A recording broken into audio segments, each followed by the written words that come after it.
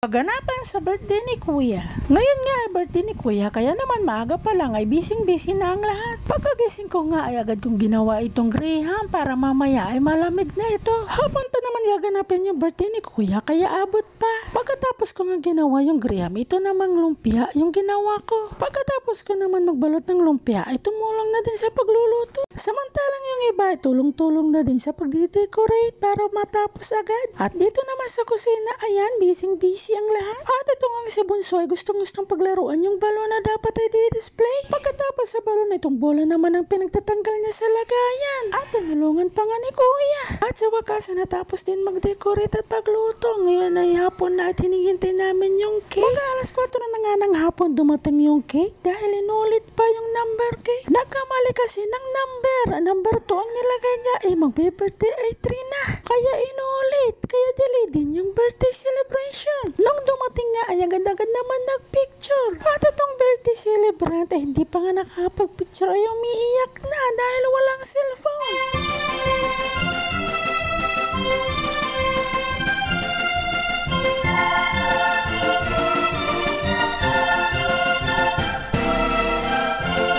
Hindi kami makakuha ng magandang picture at video dito kay Kuya. Paano naman kasi iyak ng iyak? At ayan, tumahimik lang dahil may hawak ng cellphone.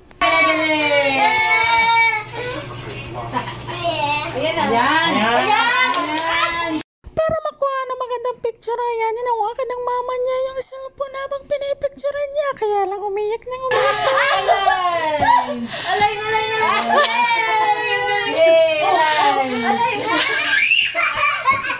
Very good.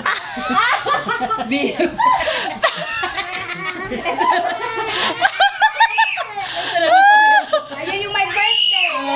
Ayan. At nagmukhang si Bunso yung may birthday dahil siya yung tuwang-tuwa. At may patikim-tikim pa siya ng cupcake. At meron pa nga umakyat ng mangga dahil maraming bunga yung mangga at hindi kami makakayat. At dahil walang plastic na dala sa taas, kaya ayan, sinasalo na lang. O siya, hanggang dito na lang, hanggang sa susunod. Maraming salamat.